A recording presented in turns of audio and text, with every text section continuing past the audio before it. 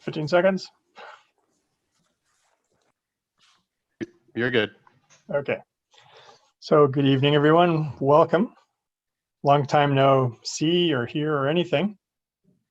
I was saying to some while I was on earlier that this must have been the easiest kind of chair gig going, because I haven't done anything since I became chair. It's been awesome.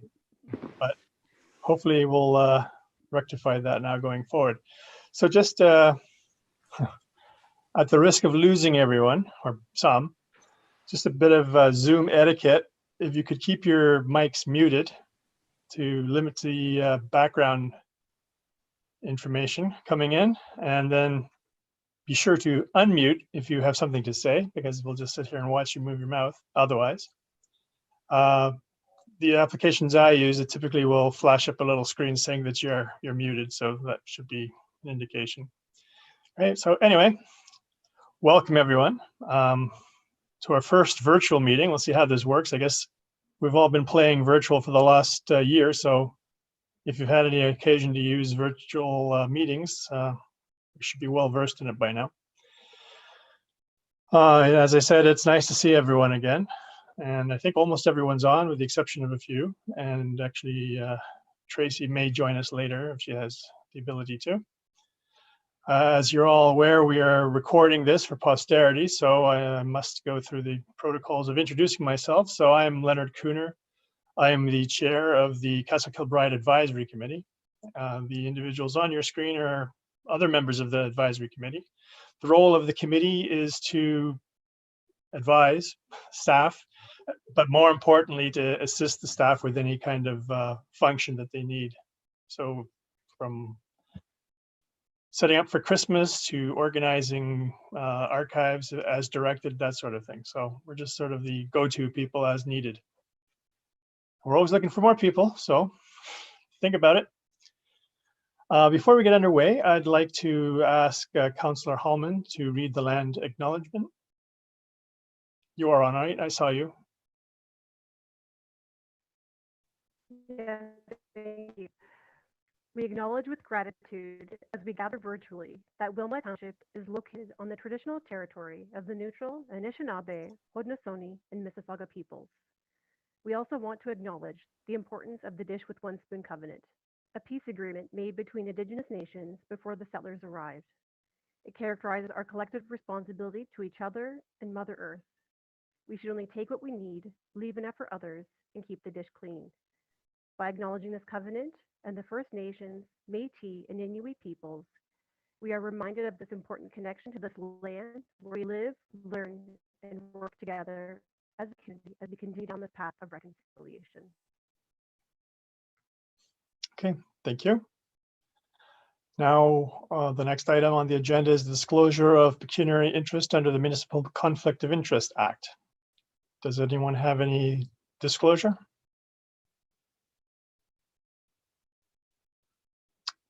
Okay, very well. We'll continue on to review the minutes from February 20th, 2020, a long time ago.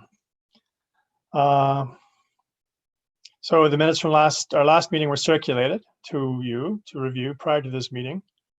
Are there any additions, deletions, or edits of the minutes?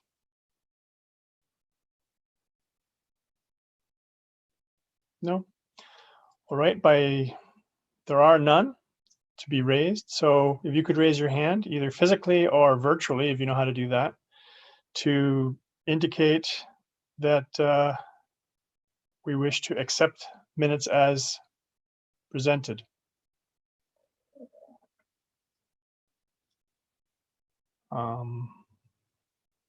Is that everybody up? Just you're not all here on my thing. Okay, good. Thank you. If we could have someone move that we accept the minutes. Okay, thank you, Jim. Anyone to second? Thank you, Colleen. So the minutes of last February are accepted as presented. I need to find my agenda again. Okay, good.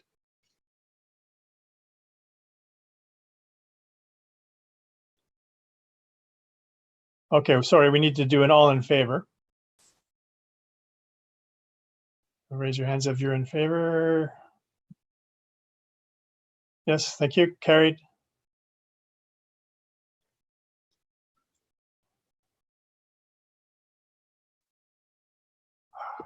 This is very annoying because my agenda keeps disappearing. All right, so the next item on our agenda is business from last year. Does anyone have any thoughts apart from the fact that COVID shut everything down, as we all know? I actually have an update to share with everyone that I can do that now, Len, and then we can have questions afterwards if you'd like. Sure.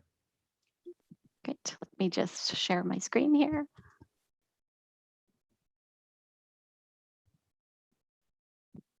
All righty. Great. All right. I am pleased to present to you the activities for 2020. All right. We were fortunate to begin the year with strong holiday tourism the first week of January. In February, we welcomed a few group tours and even hosted a ghost walk. We were scheduled to launch our regular season on March 17th, but with the COVID-19 pandemic looming, the decision was made not to reopen at that time. On March 23rd, the lockdown began and staff were instructed to work from home. Not being able to welcome guests to the museum was difficult, so we reimagined how to bring the museum to the masses. Through social media outlets, we increased the number of posts and offered a wide variety of topics through #MuseumAtHome. We ventured into new online programming through informational videos, as well as a trial run at live programming. We also increased our involvement by providing historic articles for local media outlets such as the Baden Outlook, the New Hamburg Independent, the Wilmot Post, and Embracing Change magazine. Adhering to the guidelines set out from the Waterloo Region Health Unit, we were able to safely reopen on August 29th. There were quite a few hurdles and new procedures to implement so we could open safely. Some of these included to limit the number of people allowed to tour, record all guests for contact tracing, and our major hurdle was addressing the historic wood surfaces as they cannot properly be disinfected. And as a result, we could not use the main staircase or open the Belvedere. Our reopening strategy included some new guidelines, which would be that all tours would be guided and they would be 35 minutes long. Our hours would only be on Saturday and Sunday, so we wouldn't interfere with administration operations. We offered longer hours from 11 till 4. We had 2 staff members working during this time. Themed tickets were sold on Eventbrite. Staff wore masks and distanced themselves from patrons safely inside the castle. And we used the modern staircase to get to the bedrooms and to the basement. This way, the modern staircase railings could be disinfected. And we also had to disinfect the washrooms after every tour. We were grateful to hire 3 students under 3 different grants. Students typically start in June. However, this year they began in August. We had Taylor, who was with Young Canada Works, Amanda with Canada Summer Jobs, and Kristen with the Summer Experience Program. One positive of being closed to the public was the opportunity to really delve into the collection. By having the assistance of 3 experienced students, we were able to organize, catalog, photograph, and enter the items properly into our Past Perfect database. We went through every shelf and box in the collection room. We began mid-August and successfully completed the project by the end of November. And this is going to help us tremendously with our 2021 rolled storage project, which I believe Tracy will talk a little bit about in her update. Once the collection room was completed, we moved on to the archival collection, which houses paper documents such as photographs, letters, and books. And by the time they finished at the end of December, we had 70% of this space organized. And in the future, we need to properly catalog those pieces and enter them into Past Perfect.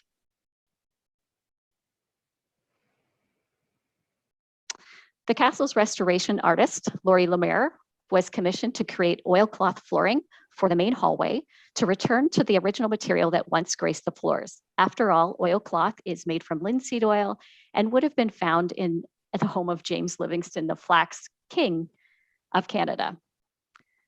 Because we did not have the original oilcloth or photos, Laurie was inspired by the beautiful red border and incorporated the design to complement. As you may remember, the committee was polled with her 2 design concepts, and the consensus was the vibrant red oilcloth.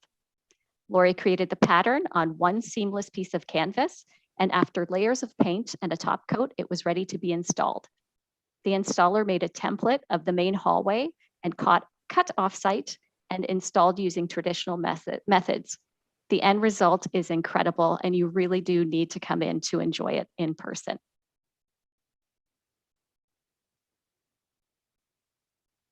Our other restoration project included the castle's Majestic front doors. These important and iconic features require sealing every 4 to 5 years because of the harsh weather. The doors were completely removed while under repair, and the result was beautiful, refreshed, and protected doors. Although we had to modify our traditional holiday season, we were thrilled to be open to the public.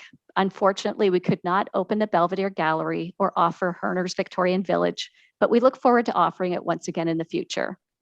Guests booked online, and we were fully booked for all dates in December. We also offered 2 evening tours, which were quite successful. Sadly, we had to cut our season short with the second lockdown that was put into place on December 26th. We're looking forward to reopening on April 3rd. We're offering weekends from 11 till 2, and that goes until June.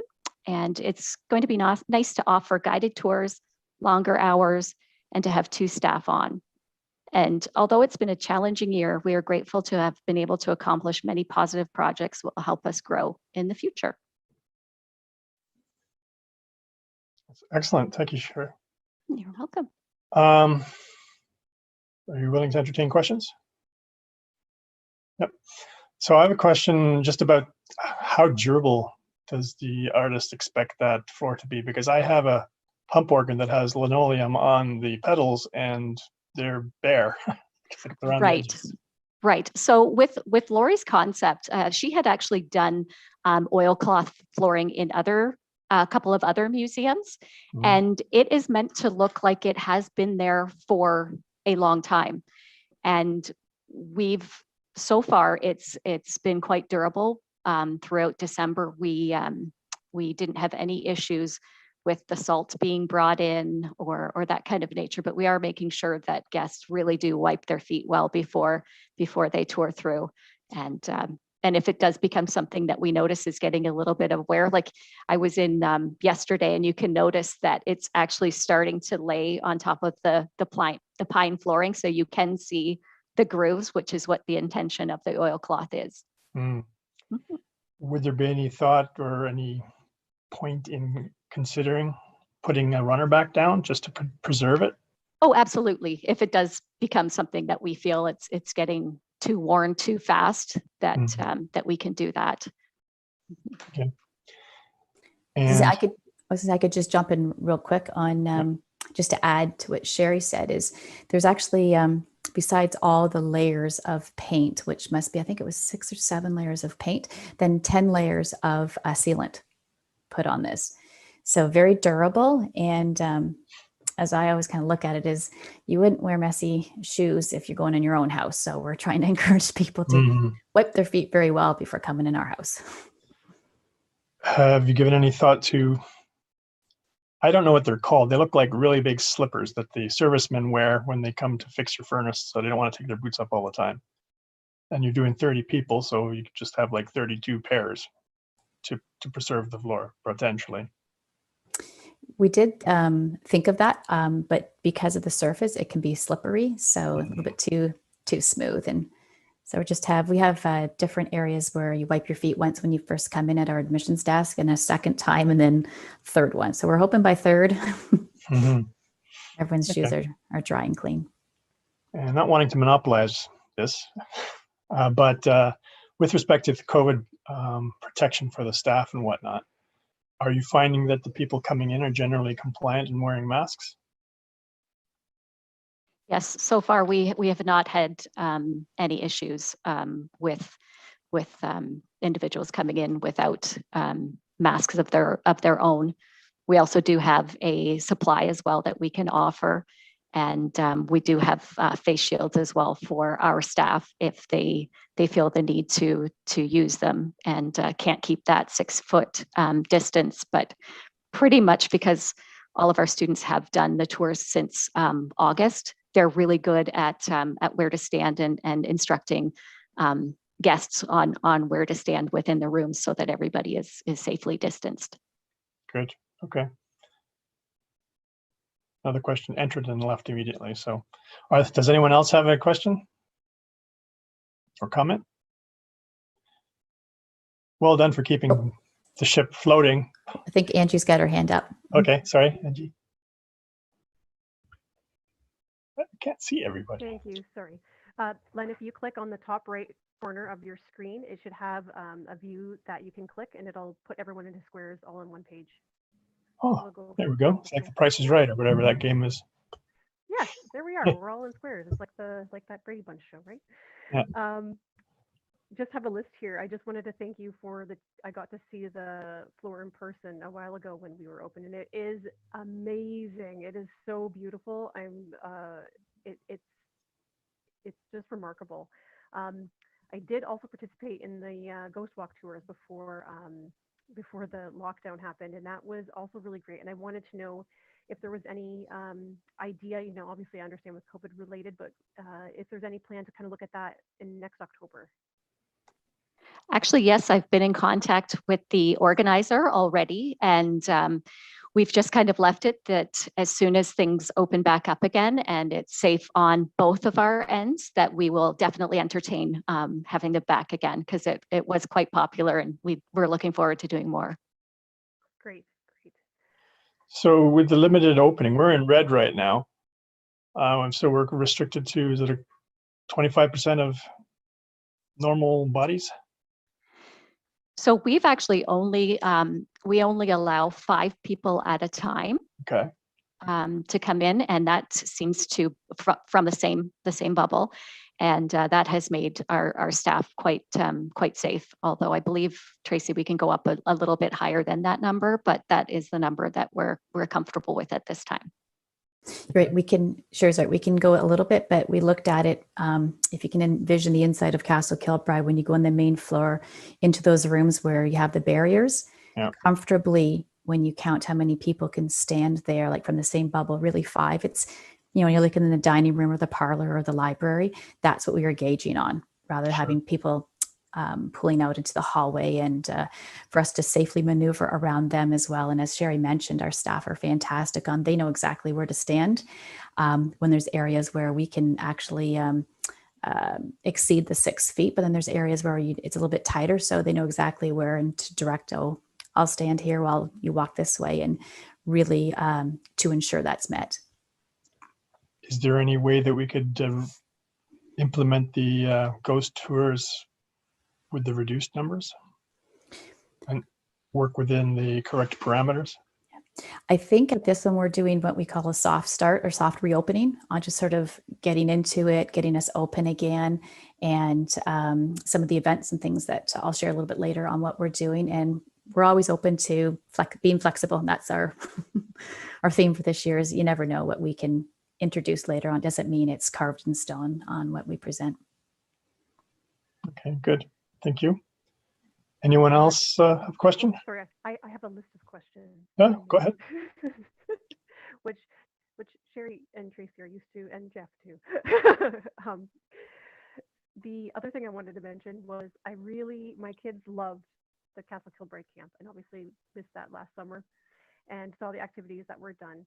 And for me, one of my elements that I'm passionate about with being on this committee is how we can continue that thirst for our local celebration of history here in Wilmot. And I just wanted to know what we could do as a committee to kind of help with that moving forward? And perhaps, if we're going down this path virtually again this summer, is there any ways that the committee can support kind of invigorating kids' interest and support you on that? We will be talking about things that the committee can get involved with, because our main function is to assist staff. So Right. go ahead, Sherry. Oh, so I was just going to say, Tracy is also just going to be discussing the events and exhibits for this year too. So that might be a good place to answer that question. Okay. All right. Any other comments or questions with respect to the last miserable year? No. No other hands? No? Okay. So I'd just like to thank Sherry and Tracy for all that they've done and managed to keep the boat afloat. They've done a really awesome job.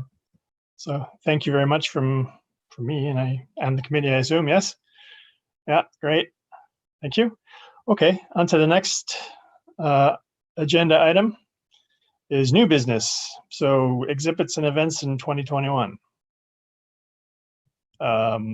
Tracy, is that you? Yeah. So I'm going to give a verbal update, because once we have, and this is sort of our, we'll call it like our confirmed draft, because it's always kind of a living document that might, like I mentioned, there might be some events that we might add in later on, and so once we have our marketing already, then I'd be happy to present a more visual one like Sherry had so you can see some of our graphics and things. But let me just give the sort of the verbal to give you an idea on what we have planned. So as I mentioned, the castle, we are officially reopening on April 3rd. And what I call the soft reopening. So we're sticking with weekends only until May. And we're changing our hours where typically we were 1 to 4. And we're deciding to change it to 11 a.m. till 2 p.m. and trying these new hours, as we found people were inquiring about looking for something to do late morning. And we're going to see if this new hours will encourage more people to come out. Then from June and throughout the summer, we are extending our hours and days, and we're going to be open Wednesday to Sunday, 11 a.m. till 4 p.m. each day. So extending these hours. Then from September till early November, we're going to go back to our weekends, and it typically is not as busy. Again, we're going to be very flexible. If we need to open up some extra days, we absolutely will. And then where our busy holiday tourism starts November 15th till the end of December, and that will be back to our Wednesday to Sunday, 11 a.m. till 4 p.m. So that's our busy season. So as we were planning ahead for knowing how 2020 was, and us just going with the flow and trying to just stay engaged and to remind people that we're here and things that we can do to provide, whether it was through the social media, and Sherry was very active on our Facebook page and with the articles that we were writing. So as we planned for 2021, we were definitely taking COVID into consideration, and trying to plan events definitely was interesting and definitely challenging, but we both love a good challenge. So we've got different scenarios that we were hoping would work. And for the exhibits, we decided to carry over the feature exhibit from last year. And that one, when it opened, it pretty much closed as quick as it opened. And that was the one called My Dearly Departed. And this is the Victorian Funeral Customs and Traditions exhibit. And it was highlighting and showcasing how a Victorian family, and specifically Livingstons, how this family grieved for their dearly departed. And 2020 was actually 100 years since the passing of James Livingston, Jim's great-grandfather. And it was a feature exhibit being the 100th anniversary. So we are going to keep that exhibit up until October 31st. And give everybody an opportunity to see it, because it was a fantastic job. Sherry did a wonderful job on this exhibit. Then as we move into November for exhibits, we will change this exhibit out with one called Given by a Livingston. And this exhibit's going to highlight the gifts that the Livingston family gave each other, and these artifacts or gifts that we will showcase. They're going to be fun gifts. There'll be practical ones. They'll be simple and extravagant. It'll show just the different ranges of what a gift was. So the events, this was the tricky part. So for events, we've created some new ones that we're going to host. There's some that we know people enjoy. There's ones that we're trying to put a twist on to keep people engaged and then perhaps target new audiences as well to visit the museum. So the first one is in lieu of our popular tea and tour that we host throughout the summer, we've changed it to Twenties Tour and Treat. So we can't do the tea part. And we're going to have our 1920s costume tour guides. They're going to take home a sampler with tea and some treats that they can have at home. And we're offering that on Wednesdays and Thursdays in June and August. There'll be select time and date. And all the details I'm sharing tonight, we'll post on our website once we have all of our information up. The traditional events that we host, such as the Outdoor Summer Concert Series, unfortunately, we're unable to host that this year. Some of our larger events that we have hundreds and hundreds of people come through the museum, we just can't do that. So although we're unable to host the traditional events, we're hoping that these altered other events, so the next one are altered evening tours. And we're hoping that people can enjoy the castle in a different light and safely. So this one is called our Evening Tour Series, and it's going to feature different tours with different themes. So the first one is called the 20s Bees Knees Tour. So playing off our 1920s, it's going to be offered 2 dates in June, starting at 6 p.m. and it goes till 8 p.m. And our staff will be in costume 1920s attire, and again, taking home like a sampler afterwards. Then we'll have another evening tour, and it's called the 1920s Date Night. And will be offered in July and August, again in the evening. And so we're hoping that if people are looking for a different twist on a date night, so whether it's like your first date, maybe it's your 50th date, maybe it's a date with your besties, we're offering as a personal guided tour in the evening, and our staff will be dressed in 1920s outfit as well. The next two will be October, and there's October 22nd, 23rd, 28th, 29th. Clearly this is Halloween related. And this evening tour is in relation to our exhibit to the My Dearly Departed. So in honor of this exhibit, this guided tour at night is going to feature the darker side of Victorian life, or rather death, that is. And last is our Christmas themed, our holiday theme one. So it's called Castle Aglow, and will be offered multiple times in November and December in the evening. And this is our traditional one, the one that normally we would have, and we would probably welcome about 300 people, but smaller scale and personal. And it'll be our traditional tour, taking in the sights and the sounds of a traditional Victorian Christmas. We'll also be able to see our new exhibit called Given by Livingston. So this we're hoping, and we've certainly learned over the past year to be very flexible with these events, looking at new outreach always that may be added to this list. So this is what we have so far that I know that fits what we can offer safely, and kind of changing up a little bit of what we've done. So as always, if the committee has any suggestions or feedback, we're always open to that. But hoping this is a good start for another COVID year. Good. Thank you, Tracy. Does anyone have any questions or comments? Oh, you got something else?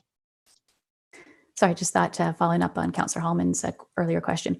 So when it came to sort of outreach, we were talking about, especially for kids, because we're unable to offer a summer camp and some of the in-person. So we're thinking about doing curbside packages once we have our summer students pending approval of them. Something that we can create where it could be a pickup that is still going to keep them engaged in some capacity. So that certainly, to answer your question, would be something that we are absolutely looking at. Okay, thank you. Councillor Holman, any addition? Yes? Thank you. Yes, Glenn. I just also wanted to ask a question about if there's anything that we could do. I really enjoyed the extra attention that was on the yard at Christmas time. It was just so lovely driving through Baden, and I saw a lot of people kind of taking that in. Is there any ideas about perhaps doing something like that in the summer, just in case? Oh, I see nodding heads. I'm excited to hear. That is actually part of the next list that's going to come across. We do have some ideas as well about, just that, decorating the property at various times throughout the year. I am currently working on one for November that is going to be for Remembrance Day. And it's going to be 2 banners, one featuring those that were killed in World War I and World War II that will be on the front fence. So that is in production right now. And we actually, through our Facebook posts, we were able to locate 2 of the 3 gentlemen that we have not had photographs for. So that has been really exciting on our end. I mean, I was in tears, like just so happy that we were able to finally add faces to the names and the street names. So that's quite exciting. But yes, we would like to definitely have more themes happening outside where people can enjoy the property at their own leisure and see something a little bit different too. I really love that. This past winter, I was able to just went for a walk in Stratford, and they had some really interesting things in their city square. Is there anything that the committee can do to support you with this? That's another agenda item. We'll talk about that in a little bit. Hold that thought. Are there any other comments or questions before I let loose? No. I just have a question about the concert series from last year. Did we lose money on that, or it just didn't happen? So we didn't lose any money on that. Good. Good to hear. Okay. And with respect to students, you're going to be putting in grants, developing grants for students. How many are you looking for? 3 again? So I can speak to, so this year, depending on the cycle of, there's some that you cannot apply every year. So you have to, so this is the year we have to wait a year, which is okay. So I'll be waiting to hear back on applications for 2, and they were submitted early January. So December, January is when they're in. So usually it's April when I hear back. And so fingers crossed, and that would be for 2 students. Okay, good. Okay, I guess we'll move along. Okay, so I guess the next thing then is meeting schedule. Everyone received that. That was sent out. Was it not sent out? I thought oh, okay, sorry. The meeting schedule, which hasn't been sent out. We were thinking of just continuing to meet. So I guess every 4 weeks. The schedule. So it's not. No one's seen it yet, right? Yeah, we were going to send it out afterwards after you discussed on the scenario with virtual. Okay. And I mean, I can speak to it if you like. Sure. Yeah. So traditionally, we meet the 3rd Thursday of every month. It's always been like that for the with this committee, and so with the during COVID, so for when we need to have a virtual meeting, having it at 5:30, that we would keep it as this, and then fingers crossed if we move to a new level where we're able to meet in person, physically distanced. It could be maybe even outside as the weather gets nicer, that we would move that back to 6:30. And that was what we were looking at. And again, the agenda or the meeting schedule should be flexible enough that, and it's every month that we still meet, but definitely for April would be virtual, and just kind of wait and see, like we all wait and see to see where we are. But be 5:30 virtual, 6:30 if we're able to meet in person. Okay. How does everyone feel about the virtual meeting? Did it cause any brain cramps or anything? Get it all set up, or everyone's here? So any particularly stressful times? We're all good with this? Speak now, or that's the way it's going to be. Because my thinking, of course, you can't hear my thinking. There's not that many of us, and we could potentially, I don't know what the township would have to say about it, but if we use the breakout room downstairs and all we're 6 feet apart, that would probably be within the scope of legality. I can confirm with my the other advisory committee before sort of the full lockdown, way back, that when we have it a space I think it's maybe 12 people. But it was at the end of each table, more than 6 feet apart. But it has to be in a different, obviously, category. But even meeting outside, spread outside on the west lawn. It's nice to see people too, and not in a virtual format at times, but just to have that flexibility with this committee if they are interested. And then we would send the schedule out to everybody. Okay. But next month's is definitely still virtual, right? Okay, that's good.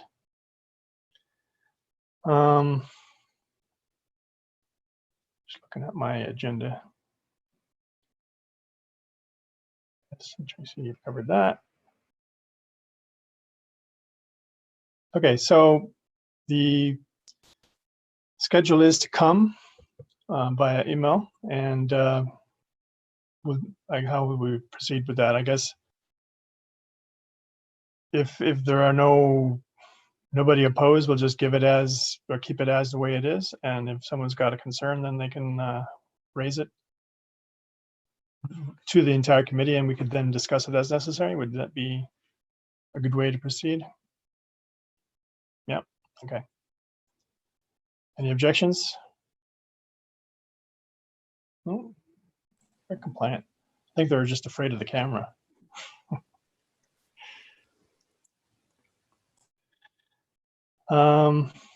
Okay, so the next item on the agenda is committee initiatives. Okay, we had discussed this, I guess now 2 years ago, that one of the main functions of the committee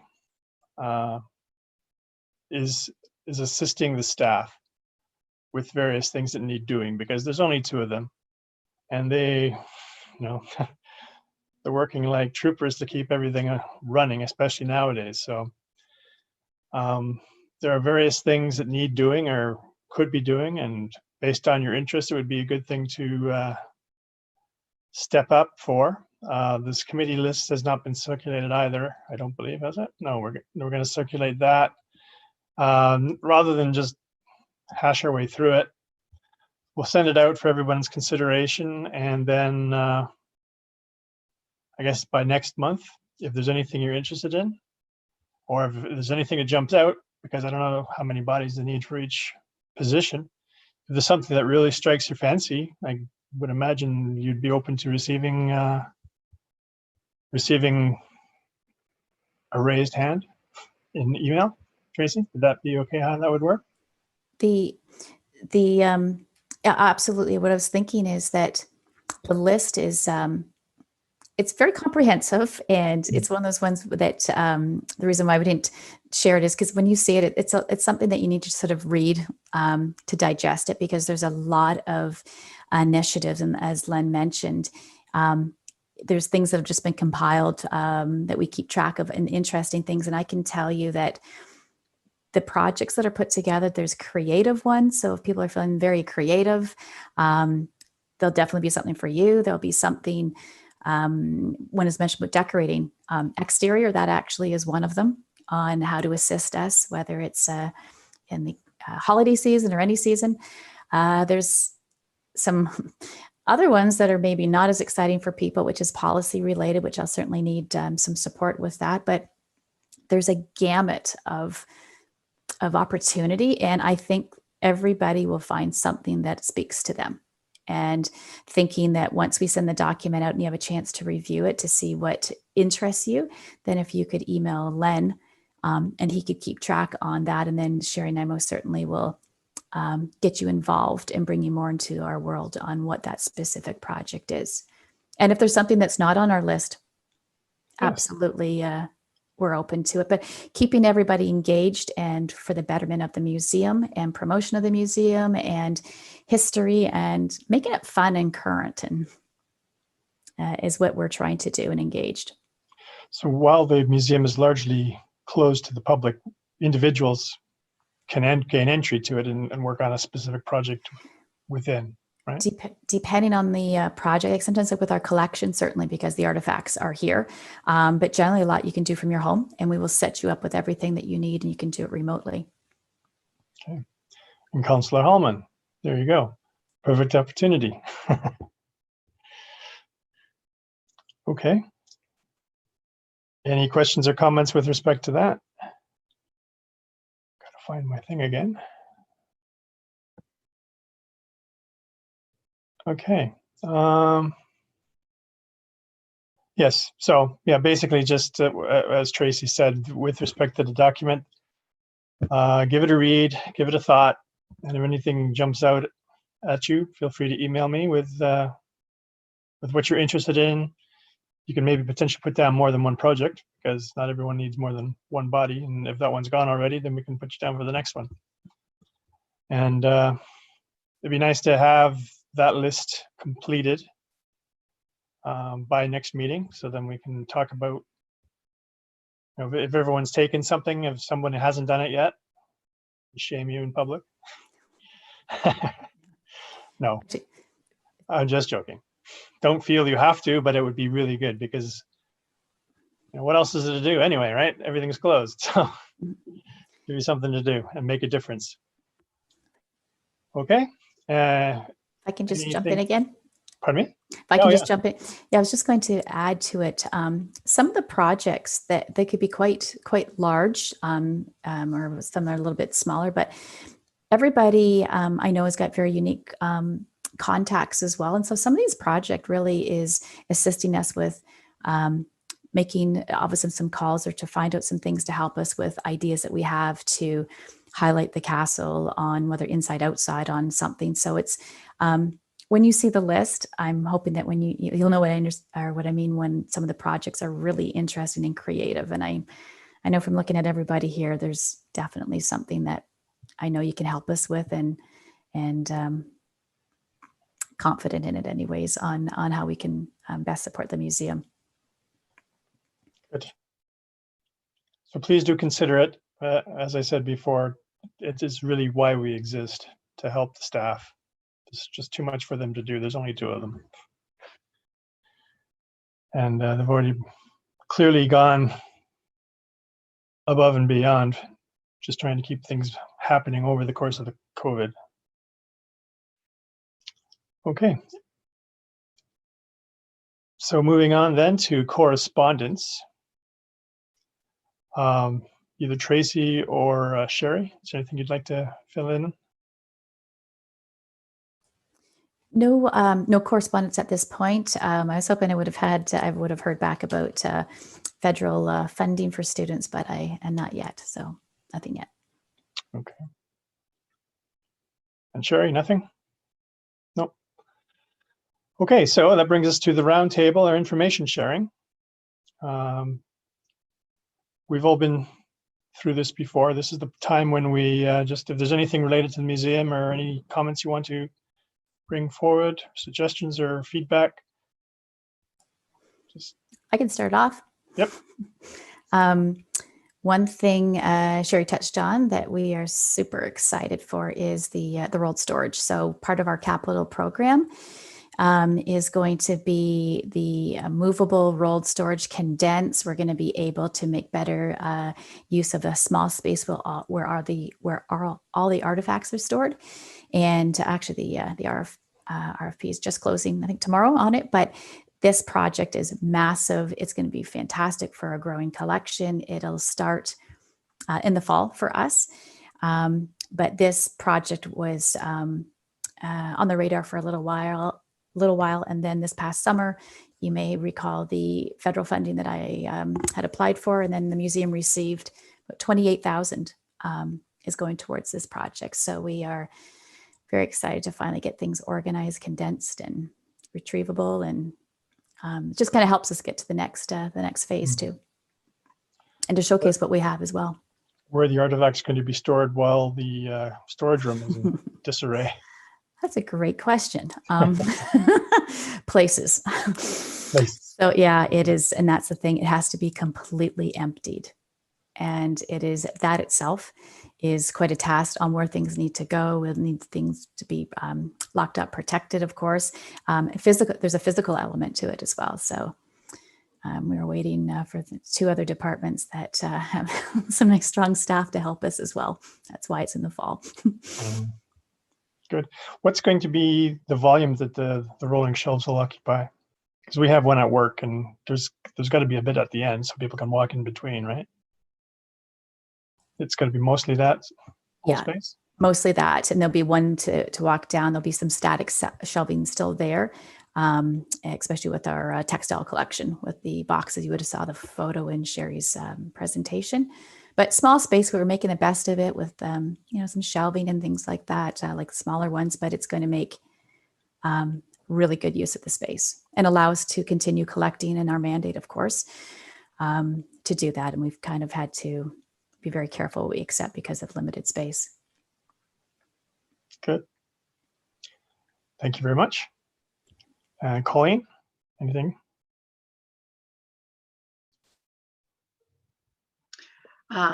Yes. What would you like me to speak on? I don't know. What have you got to say? Whatever I got to say. Tracy asked me to just bring up to the fact that we've had a video resurface that was made back in 1987 by the Chamber of Commerce and Rogers TV. And I don't know if all of you found it on Facebook, because it kind of made its way around, but it is it's Baden now and then, and it is a regular documentary that does run for certainly over an hour. You need your popcorn and drink as you're going to watch it, but it's wonderful to see the you actually get to see and hear Laura Louise as she talks about her life at the castle. You get to see people who unfortunately we've lost along the way, but were the movers and shakers of Baden, and could fill you in on the history of it. So it's really, it was good to see it again, as part of the Chamber of Commerce, and to work on having it made for us. I completely forgot about it until it was all of a sudden on Facebook again, and you went, oh, it was just good to see the people that are past, and to see our town, and they showed pictures, a lot of history on it. And so it's, if you get a chance to see it, please do, because it shows you the town from the way back until 87, and there are many, many changes that have happened since then. But fun to see the seniors. I was the only person that's still basically alive on the video, so it kind of made me feel very old, but it was a fun afternoon as we were making it, and to watch it again. So I hope you do enjoy it if you get to see it. Good. Thank you. I was going to say, if Colleen didn't say she was featured in it, I was going to tell everybody she's featured in it. So we have our own celebrity on our committee that was in the video. And if I can just echo what Colleen said, it was really neat. I know for myself and Sherry as the curators, to see Jim's mom and dad. There's very little video we have, and as curators, we see beautiful photos like his mom when she was little, and little bits here and there. And I was fortunate enough to meet his dad when I first came, but to actually see an interview and to hear their voice was, it got us all choked up the first time that we saw it, but it was special for us to see that. So. Nice. So I'm just following around on all the talking heads on my screen here. So I'm next. I was over at the parents of a friend's house a number of weeks ago, and the father is a collector of many things. He's built his own barn to hold all his many things. And one of the many things he has is a collection of linseed oil. And he actually has a Livingston can. Couldn't talk him out of it, but I'll keep working on him. It seems to be in really good shape. So yeah, I thought that was pretty neat. And just a question for you, Tracy. What was the question? Oh my God, my mind is going. Oh yes, as you were going through all of the artifacts in preparation to moving them out, did you have any kind of like a Tutankhamun moment where they were moving the collection at the Tutankhamun Museum, or the Museum in Egypt, the Egyptian Museum, I guess you'd call it, and they found an artifact that had been lost for ages, decades, and nobody knew where it was. Did you find anything exciting? Maybe not an artifact, photos for sure. Yeah, Shira's going to want to talk about this. Go ahead. Okay, neat. Oh no, I was actually going to talk about, we had, when we were putting My Dearly Departed exhibit together, I'd said to Tracy, you know, I just really want like a mourning veil, like one of those hats that has the veil attached. I just really, really want one of those. And I was going through looking at hats for another exhibit. And sure enough, there was a mourning veil that was in there. And it was attributed to Mary Eileen McClear. And when I called Mary Eileen, I said, oh my goodness, I've been wishing for one of these and just found it. She doesn't remember it either. So it's like it just magically appeared just for us, just for the exhibit. But that was my favorite find this past year. Neat. Marlene? Are you mute? That's the most common phrase for the last year. No, I haven't got anything really to share. That's I'm just all ears, and hopefully we'll be able to help with some of these projects that need to be, that the girls need help with. So Marlene's actually already kind of pre-helped us with something already with the an old photo album of Baden and some negatives. I was in the office yesterday and today, and I just saw the box. Thank you, Marlene. They are the most amazing early photographs, similar to what Colleen was talking about when you see the video and it shows you what Baden used to look like. These photographs are gorgeous and really shows what Baden used to look like, the people, the buildings, and Sherry and I are very excited to go through. I can't even believe how many envelopes of negatives are in there that we are going to look at having professional copies made and then having them accessible. So Marlene's kind of the first on the list of getting some projects started for us. It was actually that collection that we were able to find one of the missing soldiers from. So we had an image of four soldiers, and we didn't know who they were in what's called the Shum collection, which came from Marlene. And then Brad Schneller had the exact same copy, but his aunt had labeled who they were. So that's how we were able to identify McFadden, the soldier who had just come to Baden for 1 year to be the teacher at Baden SS number 3 school, which was absolutely mind-blowing. Cool. Neat. wonderful. This is why having everyone here help us with things, you never know what you have actually helps us in a weird connection way on this. Yeah. Jeff? Yep, nothing to add. Thanks for all the work, everybody. Great to see everybody. Yep, thanks. Jim? You have to unmute, remember? No, I have nothing to add either, but I'm looking forward to getting involved and helping with these projects. Good to Great. see everybody. Thank you. Artem?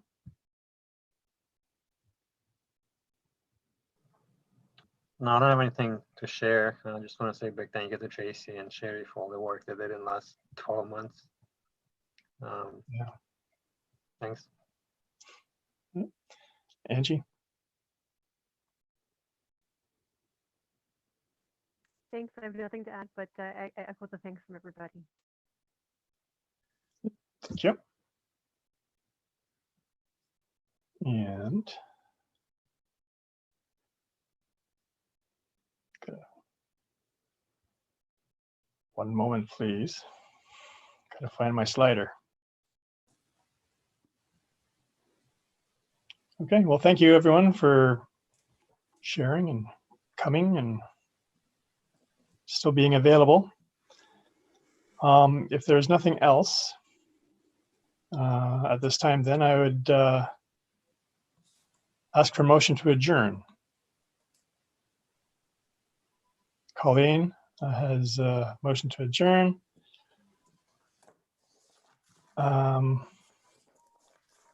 Okay, so we will pick this up again next month. What is the date? I don't have that open. April 15th. 15th at 5:30 via, what's this application? Is this Zoom, right? Yeah, okay, via Zoom. you'll be putting out another invite. So we have the link. Okay, great. Okay, so with that, we will adjourn our meeting, and thanks again, everyone. I'm glad everyone was able to get in, and I look forward to seeing you all next week. And remember, or next month. And remember to give the list when you get it a look and a think. And if there's something there that grabs your attention and you'd really like to get involved with, please send me an email. My email everyone will have. And I'll collect that, and then I'll have a chat with our fearless ladies. And we'll go over the list next month and get things rocking. Okay.